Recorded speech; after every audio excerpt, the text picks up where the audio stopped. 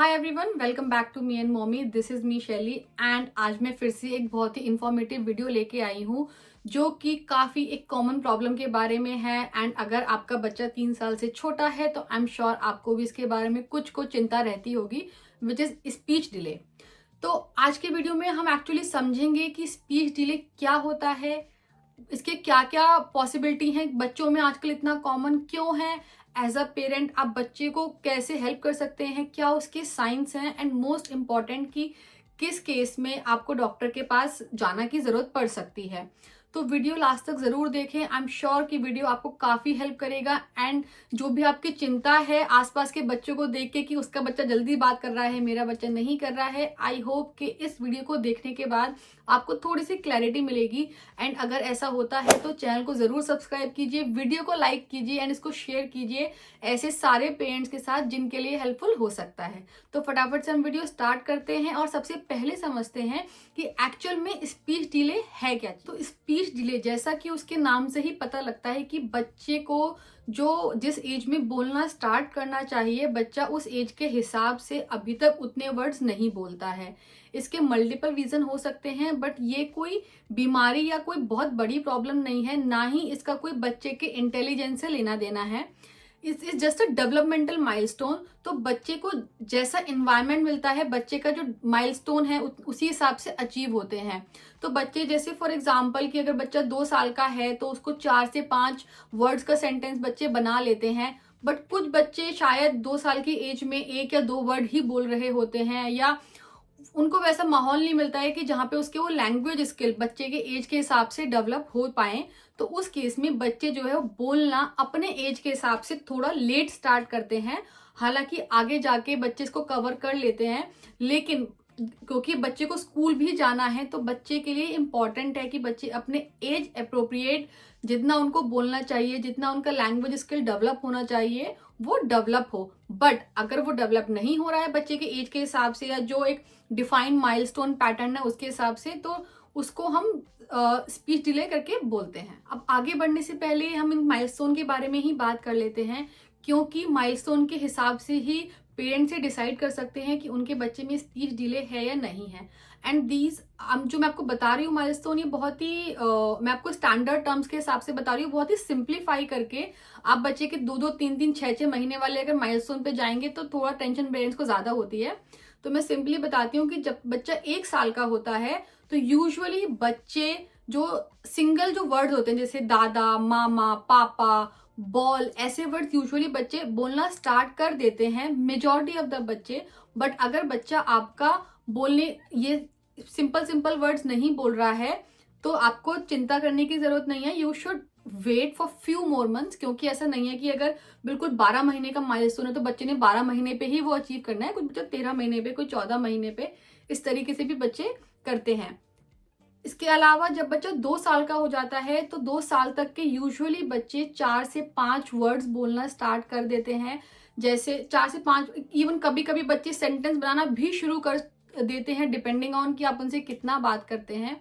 तो जैसे मम्मा पानी दो, तो इस टाइप से करके बच्चे बहुत सिंपल से सेंटेंस 3-3, 4-4 वर्ड्स जोड़ के बनाना शुरू कर सकते हैं।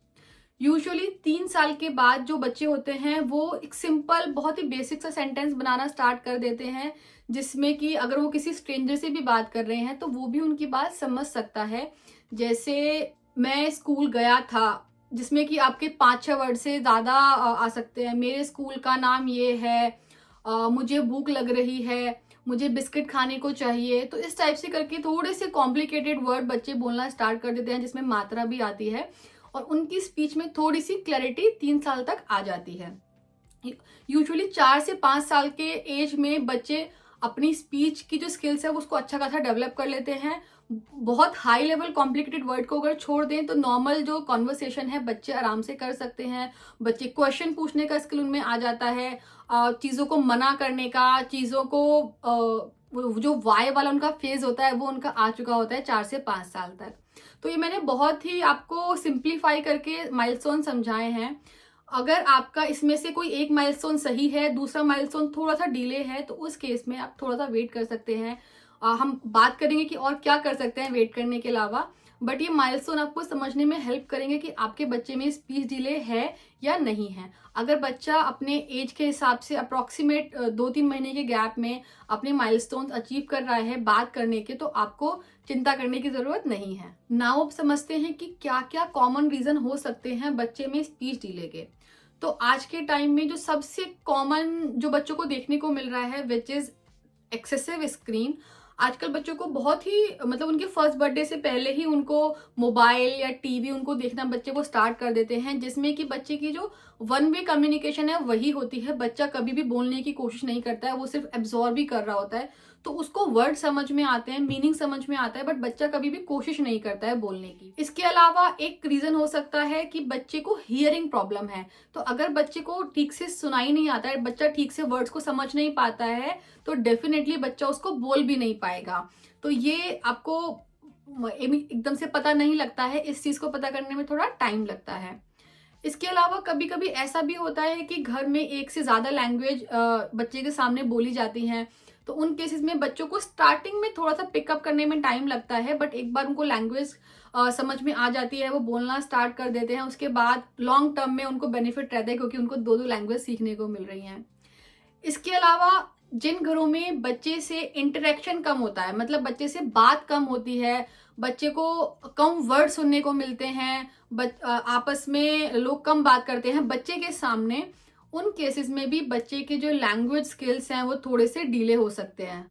इसके अलावा एक रीजन हो सकता है कि बच्चे में कुछ डेवलपमेंटल डिलेज हैं, जैसे कि बच्चे में ऑटिज्म, ADHD, ये सब प्रॉब्लम हो सकती हैं, जिसकी वजह से उसका जो इम्पैक्ट है वो बच्चे की स्पीच पर भी पड़ता है। तो ये सारे कुछ ऐसे रीजन हैं जिनकी वजह से यूजुअली बच्चों में स्पीच डिले देखने को मिलता है। अब हमने ये तो समझ लिया कि स्पीच डिले क्या होता है, क्यों होता है, लेकिन एज अ पेरेंट आप अपने बच्चे में कैसे इस चीज को कंक्लूड कर सकते हैं कि क्या आपके बच्चे में स्पीच डिले है या नहीं है। तो ये हम माइलस्टोन के हिसाब से ही समझ सकते हैं कि अगर आपका बच्चा अपने एज अप्रोप्रिएट होने पर भी सिर्फ और सिर्फ चीजों को इशारे से या बिना बोले या रो के कम्युनिकेट करता है, वो अपनी बात आपको समझा देता है, लेकिन वो उसके लिए वर्ड्स यूज नहीं करता है अपने एज अप्रोप्रिएट होने के बाद भी, so this is one of the common sign जो एज अ पेरेंट आप नोटिस कर सकते हैं। इसके अलावा जब बच्चा अपने एज के और बच्चों के साथ खेल रहा है और आपके बच्चे की वोकैबुलरी और जो उसके एज के दूसरे बच्चों की वोकैबुलरी में बहुत ज्यादा डिफरेंस आपको देखने को मिल रहा है कि आपका बच्चा उन वर्ड्स को बोलने की कोशिश भी नहीं कर रहा है या उन वर्ड्स को बोल नहीं पा रहा है, तो वो भी एक साइन है। इसके अलावा अपने एज अप्रोप्रिएट होने के बावजूद भी बच्चे का जो स्पीच है वो क्लियर नहीं है, आपके अलावा बच्चे के जो वर्ड्स हैं वो किसी को समझ में नहीं आते हैं, सिर्फ आप ही उनको समझ सकते हैं एज अ पेरेंट, तो भी एक साइन है कि बच्चे के लैंग्वेज स्किल्स में प्रॉब्लम है एंड बच्चे को हेल्प चाहिए। इसके अलावा बच्चा अपने एज के बच्चों के साथ खेलना भी प्रेफर नहीं करता है, वो अवॉइड करता है, जनरली अवॉइड करता है दूसरे बच्चों के साथ खेलना, तो ये भी एक साइन हो सकता है किसी भी डेवलपमेंटल डिले का, किसी भी डेवलपमेंटल प्रॉब्लम का बच्चे में।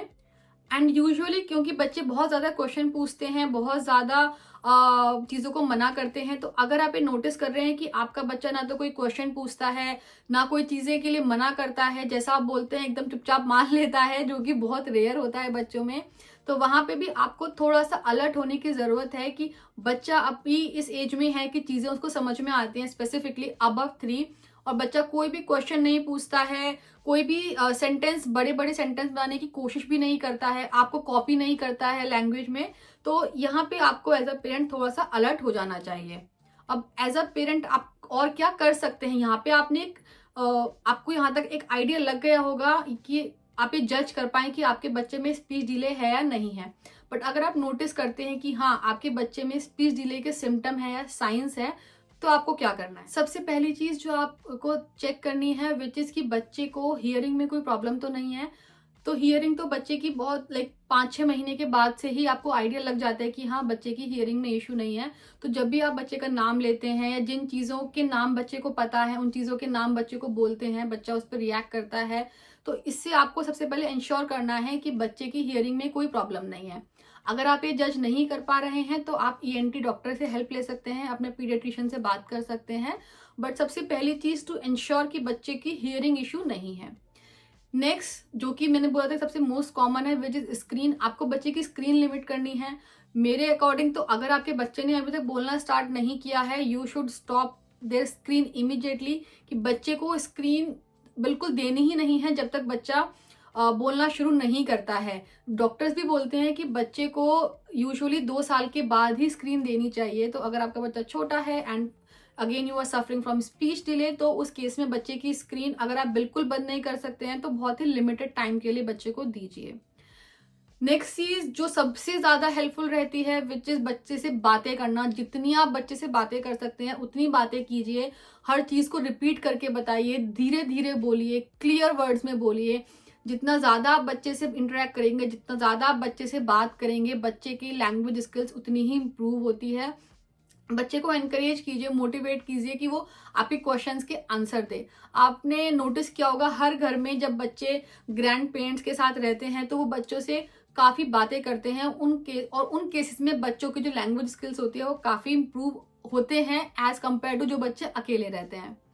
अगर आप बहुत बिजी शेड्यूल में हैं, आपके पास बहुत ज़्यादा टाइम नहीं है बच्चे से इंटरेक्ट करने का, तो उस केस में मेक श्योर कि आप बच्चे के साथ एवरीडे कुछ बुक्स ज़रूर पढ़ते हैं। बुक्स में बच्चे को पिक्चर दिखा के एनिमल से रिलेटेड या जो बच्चों की एज अप्रोप्रिएट बुक्स होती हैं उसके हिसाब से बच्चे को डिफरेंट डिफरेंट वर्ड्स उनको दिखाइए। उनको कोशिश कीजिए कि वो बुक में इंटरेस्ट लें। जिन टॉपिक पे बच्चों को ज़्यादा मज़ा आता है उस टॉपिक की बुक्स बच्चे को पढ़िए ताकि बच्चे का बुक में इंटरेस्ट बने और वो खुद से उन जो पिक्चर्स वो बुक में देख रहे हैं उनके नाम लेने की, बोलने की कोशिश करें। तो बुक रीड करना भी बच्चे को काफ़ी हेल्प करता है उनके लैंग्वेज स्किल्स को डेवलप करने में।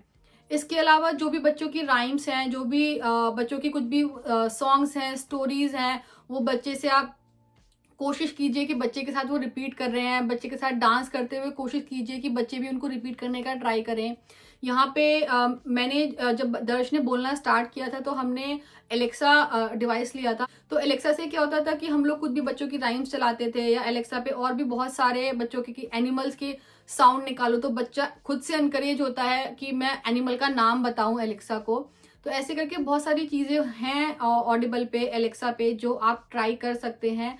और उन केसेस में क्या होगा कि जो एलेक्सा बोल रही है आप उसको रिपीट कीजिए। या जब, क्योंकि एलेक्सा से क्या होता है बच्चे का 2 वे कॉन्वर्सेशन होता है, आपको एलेक्सा को कमांड देनी पड़ती है। तो दर्ज के केस में इतनी बातें करता था वो एलेक्सा से। तो अगर आपके पास बच्चे के साथ बहुत ज़्यादा बातें करने का या टाइम स्पेंड करने का टाइम नहीं है तो Alexa can be a good option. But आपको बच्चे को सिखाना पड़ेगा, आपको बच्चे के सामने एलेक्सा से बात करनी पड़ेगी ताकि बच्चे को समझ में आए कि हम जो भी बोलेंगे एलेक्सा वैसा हमारे कहने से करेगी, हमें उसे कमांड देनी पड़ेगी। तो उस केस में भी बच्चे जो है वो मोटिवेट होते हैं एलेक्सा से बात करने के लिए। या कोई भी, और गूगल के भी डिवाइस आते हैं, मैंने एलेक्सा यूज़ की थी तो आई नो कि वो बहुत हेल्पफुल थी।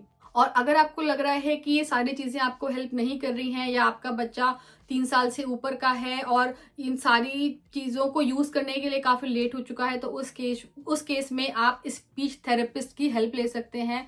बहुत इजीली आपको मिल जाएंगे। बड़े सिटीज़ का तो मुझे पता है, आई डोंट नो छोटे सिटीज़ में कितना ईजी मिलता है, बट फिर भी अगर आप चेक करेंगे तो 100% कोई ना कोई आसपास होगा। तो स्पीच थेरेपिस्ट बच्चे को एक्सरसाइज बताते हैं, बच्चे को वो टेक्निक्स बताते हैं जिनसे बच्चे की लैंग्वेज स्किल्स इंप्रूव होती हैं। तो अगर आपका बच्चा, आप ये जज कर रहे हैं और आप बच्चे को हेल्प नहीं कर पा रहे हैं, तो जितना जल्दी हो सकता है उतना जल्दी आपको स्पीच थेरेपिस्ट के पास जाना चाहिए ताकि बच्चे की लैंग्वेज स्किल्स इंप्रूव हो पाए।